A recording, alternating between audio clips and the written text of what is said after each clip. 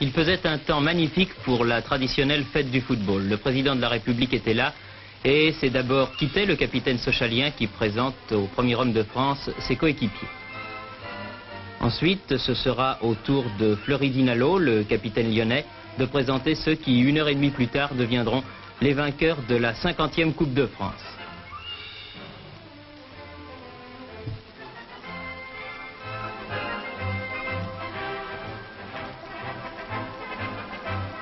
Le Parc des Princes archi-comble, il y a longtemps que l'on avait vu cela, et les Sochaliens, à gauche, culotte foncée, engagent le jeu. Et on a l'impression au début de ce match que les Sochaliens ont engagé ce match avec plus de détermination, plus d'engagement peut-être que les Lyonnais que l'on a critiqué à tort d'être présents en cette finale, car si le règlement n'est pas bien fait, ce n'est en aucun cas de la faute des joueurs.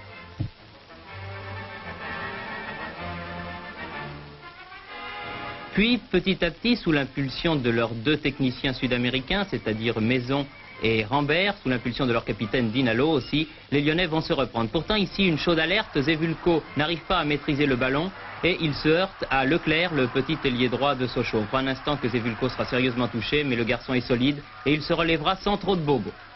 Les Lyonnais se reprennent, ils attaquent le plus souvent sur le flanc gauche. Ici, une ouverture qui va sur la droite, mais Manolios est le premier sur la balle.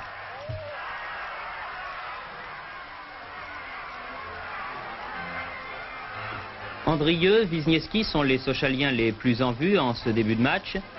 L'arbitre, M. Lacoste, doit siffler d'assez nombreux coups francs.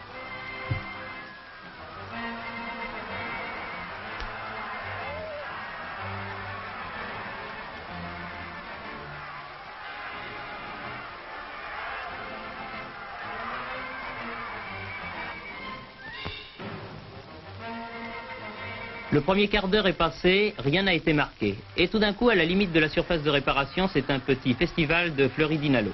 Dinalo qui va ouvrir sur la droite pour Maison. Maison qui va effectuer un excellent centre, repris d'une manière acrobatique et très brillante du pied gauche par Angel Rambert, qui marque le premier but du match. Nous sommes à la 24e minute et Lyon mène par 1-0.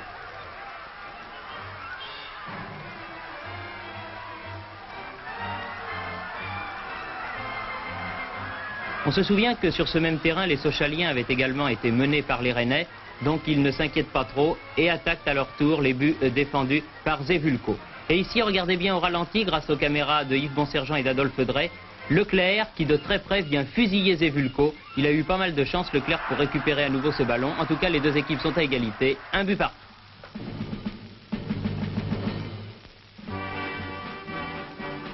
Incident tragicomique, le président de la République reçoit une balle de Maison et personne d'autre que lui ne la renvoie sur le terrain.